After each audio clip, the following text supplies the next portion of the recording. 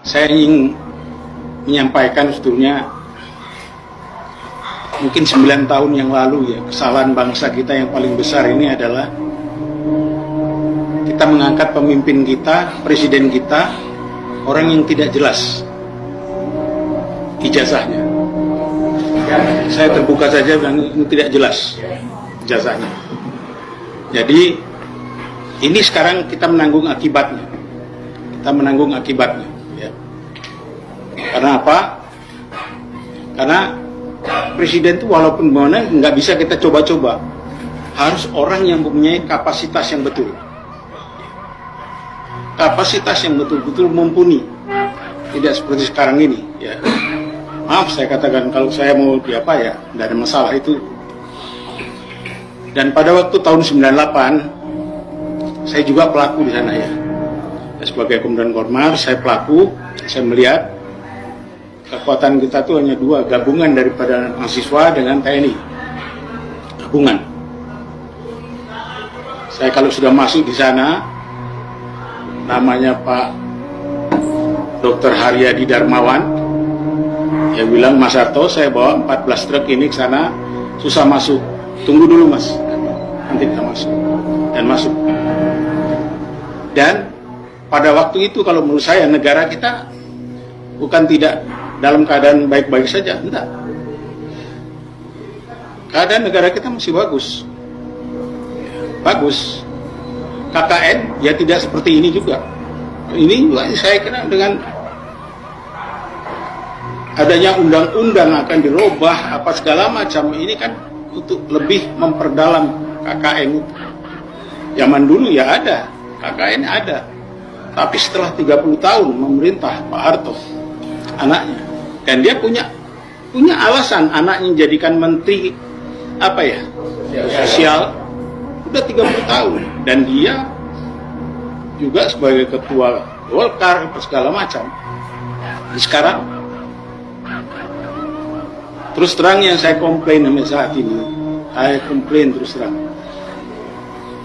kita 78 tahun merdeka ini tidak pernah satu detik pun kita melakukan Undang-Undang Dasar 45 secara murni konsekuen. Tidak juga dengan Bung Karno. Pemilu kita pertama tahun 55 berapa mungkin? Partainya 98 atau semua. Sekarang juga partai tidak tahu berapa. Padahal kalau menurut saya terus terang, partai ini legal standingnya dari rakyat mana? Tidak ada. Legal standingnya hanya ada dari mereka kaya, mereka tajir, mereka bisa membangun partai, masuk, bayari semua, ya, bayari semua yang milih. Dan sekarang kalau mau membuat lagi presiden, saya yakin hanya dua itu yang bisa jadi. Mungkin Anies yang mumpuni itu mungkin tidak jadi. Kenapa? Kita hanya perlu, seorang presiden hanya perlu sekitar 70 mungkin 70 juta bisa jadi. Kalikan 100.000 berapa? 7 triliun apa tuh? 70 triliun. Sudah tertutup oleh korupsi yang mereka lakukan itu. Tertutup semua. Yang lain nggak bisa bernafas.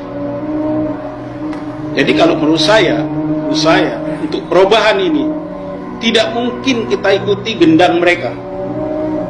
Ikuti dengan aturan mereka. Semua sudah diatur oleh mereka. Dana diatur oleh mereka. Kita lihat korupsi 349 triliun. Terbuka? No.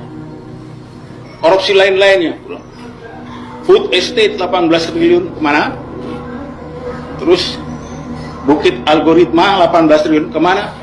Semua itu hanya untuk persiapan pemilu. Jadi kalau orang mau maju jadi presiden, jangan ngomong kalau tidak ada uang. Tapi kalau punya 70 triliun, yes, bisa langsung. Inilah demokrasi kita. Karena demokrasi kita tidak berangkat dari rakyat. Demos kratos. Kekuasaan di tangan rakyat. Sekarang tidak. Kekuasaan begitu oligarki politik, para parpol ini bersatu dengan elit oligarki ekonomi, ya seperti ini jadinya kita akan dimiskinkan. Ya, kita akan dimiskinkan, dan maaf kata, kalau kita tidak bisa mencegah apa yang diperbuat oleh presiden kita, perjanjian dengan Cina, saya yakin nggak sampai tahun 2030 kita sudah bagian daripada Cina. Ya. Jadi tinggal kita sekarang, ya, mau apa tidak. Kalau kita ikut dengan jalan gendang mereka semua, tidak akan bisa mungkin. Yang perlu sekarang kita lihat, ayo kita sama-sama mau seperti apa? People power.